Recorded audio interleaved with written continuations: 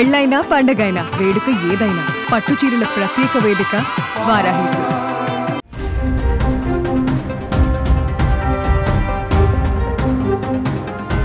హైదరాబాద్లో మళ్లీ దారుణాలు పెరిగిపోతున్నాయి. మొన్నటి వరకు ప్రశాంతంగా ఉందనుకుంటున్న తరుణంలోనే హత్యలు పెరిగిపోతున్నాయి. నిన్నటికి నిన్న నగరంలోని వరుస హత్యలు నగరవాసులను భయాందోళనకు గురి చేసిన విషయం తెలిసిందే. ఈ క్రమంలోనే ఎవరో ఊహించని దారుణం వెలుగు చూసింది.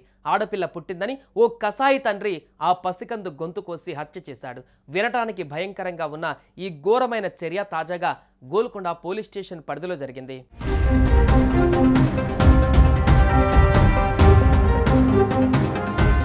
నేపాల్కు చెందిన జగత్ విశ్వకర్మ, గౌరీ అనే దంపతులు ఉపాధి నిమిత్తం గతంలో హైదరాబాద్కు వచ్చి గోల్కొండ పరిధిలోని ఓ కాలనీలో నివాసం ఉంటున్నారు.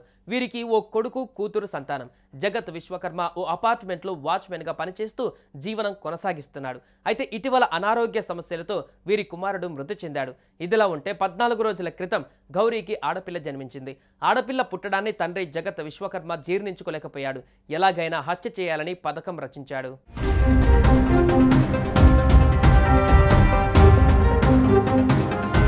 అనుకున్నట్లుగానే ఈ దుర్మార్గుడు ఎవరు ఊహించని దారుణానికి ఒడిగట్టాడు. తల్లి పొత్తిళ్లలో నిద్రిస్తున్న ఆ పసికందును బయటకు తీసుకువెళ్లి కత్తితో గొంతు కోసి హత్య చేశాడు.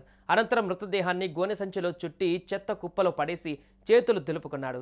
1 గంట తర్వాత నిద్రలేచిన గౌరీ పాప ఎక్కడని భర్త జగత్ విశ్వకర్మను నిలదీయగా చంపేసి గోనె సంచిలో పెట్టాడని చెప్పాడు. భర్త మాటలు విన్న ఆ తల్లి గుండెలు పగిలేలా ఏడ్చింది. ఇక చేసేదేం లేక సమీపంలో ఉన్న పరిచయస్తులకు సమాచారం ఇచ్చింది.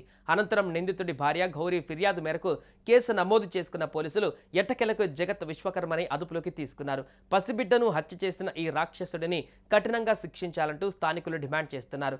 ఇదే ఘటన ఇప్పుడు స్థానికంగా తీవ్ర కలకలంగా మారింది.